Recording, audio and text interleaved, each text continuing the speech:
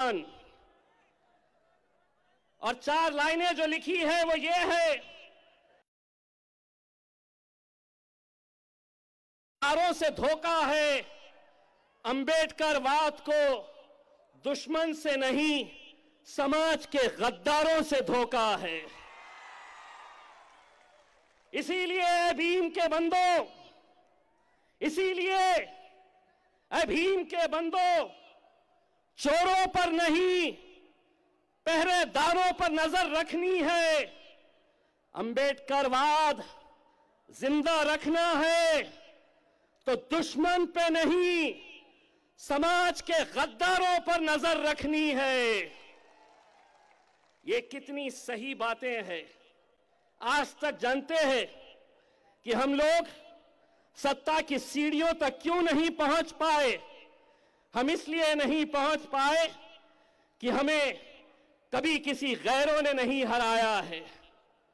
अगर मुसलमान को किसी ने हराया है तो मुसलमानों ने हराया है। दलितों को किसी ने हराया है तो यही कौम के गद्दार दलितों ने दलितों को हराया है। ये सच्चाई है और ये सच्चाई को आज तुमको समझने की जरूरत है।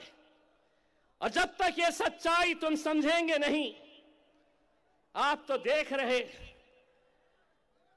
सत्ता का मतलब ये है कि आमदार मैं रहूं, खासदार मेरी पत्नी रहे, जिला परिषद मेरा बेटा रहे, नगर पालिका के ऊपर मेरा पोता रहे, मेरा भतीजा रहे।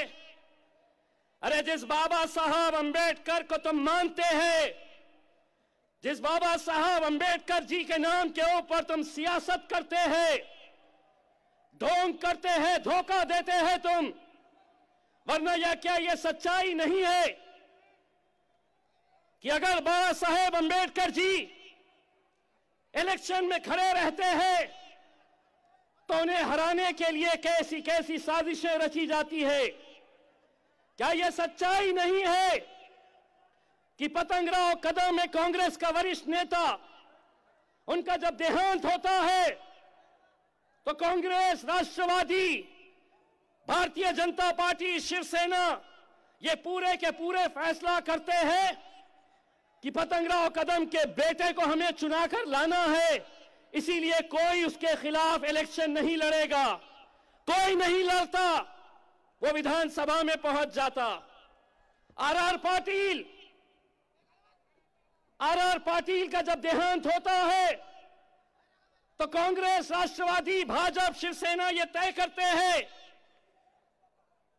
कि आर पाटिल की पत्नी को विधानसभा के अंदर भेजना है और कोई चुनाव नहीं लड़ता है, बिन विरोध वो विधानसभा के अंदर पहुंच जाती है। 2009 में, 2014 के अंदर बाबा साहेब अंबेडकर जी को, अरे ये तुमको तय करना है कि इस देश के अंदर आर पाटिल का परिवार बड़ा है, पतंगराव कदम का परिवार बड़ा है, या बाबा साहब अंबेडकर का ये परिवार बड़ा है, ये तय करना है। अगर तुम उनके खिलाफ कोई उम्मीदवार नहीं खड़े करते हैं तो हम आज तुमको ये चुनौती देते हैं। हम आज इस प्लेटफॉर्म के जरिए तमाम राजनीतिक पार्टियों को ये कहते हैं कि ये अकेले बाबा साहेब अंबेडकर ये नाम नहीं है, बाबा साहेब अंबेडकर बाबा साहब अंबेडकर का खून है। और अगर तुम उनके खिलाफ षड्यंत्र रचते हैं, साजिशें रचते हैं, खेल खेलते हैं, तो हमने भी बाबा साहब को एक जबान दिए है। हमने बाबा साहब से कहा है कि बाबा साहेब, महाराष्ट्र की किसी भी सीट के ऊपर आप हाथ रखिए, इंशाअल्लाह ये मजलिस की जिम्मेदारी रहेगी। हम तन मन धन से पूरी ताकत के साथ बाबा साहेब को, और ये कहते हैं नाही आम्हाला बाळासाहेब चालतं, MIM नाही चालतं, बाळासाहेब चालतं, अवैसी नाही चालतं। क्यों? अवैसी पसंद नहीं आता है? इसलिए पसंद नहीं आता है ना कि बहुत बोलता है। और तुम्हें वो लोग चाहिए जो उठ बोले तो उठेंगे, बैठ बोले तो बैठेंगे। अरे अवैसी साहब ने इस मुल्क के मुसलमानों को, दलितों को बोलने का जो अधिकार दिया है और एक सोच दी है, और अब सिर्फ अवैसी साहब नहीं बोलते हैं, यहां का बच्चा बच्चा बोलता है। हम अंगूर को अंगूरी कहेंगे, लंगूर को लंगूरी कहेंगे। तुम अगर कहेंगे कि ऐसा बोलो, हम तुमको बोलेंगे ये खाना है तो इस देश में रहना नहीं, पाकिस्तान चले जाओ। ये जब से भाजपा आई है, जब से शिवसेना आई है, ऐसा पहनो, ये बोलो, ये खाओ, नहीं तो जाओ।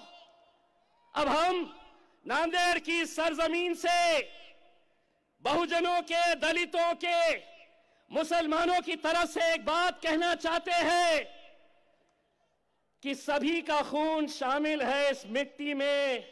ये मुल्क तुम्हारे बाप की जागीर नहीं है।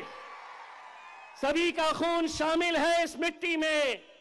मेरे भाई, हम आज आपसे सिर्फ इतना कहने के लिए आए हैं कि इस तरह के जलसे तो होते रहेंगे, लेकिन आप लोगों को ये सोचना है कि अगर हमारा लक्ष्य विधानसभा है तो उस विधानसभा के लिए, उस लोकसभा के लिए हमें बहुत जद्दोजहद और मेहनत करने की जरूरत है।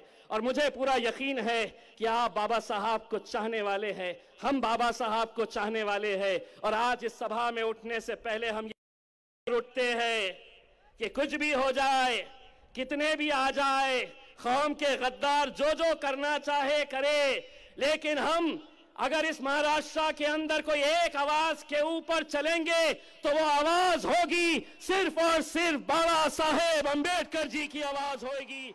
बहुत बहुत धन्यवाद।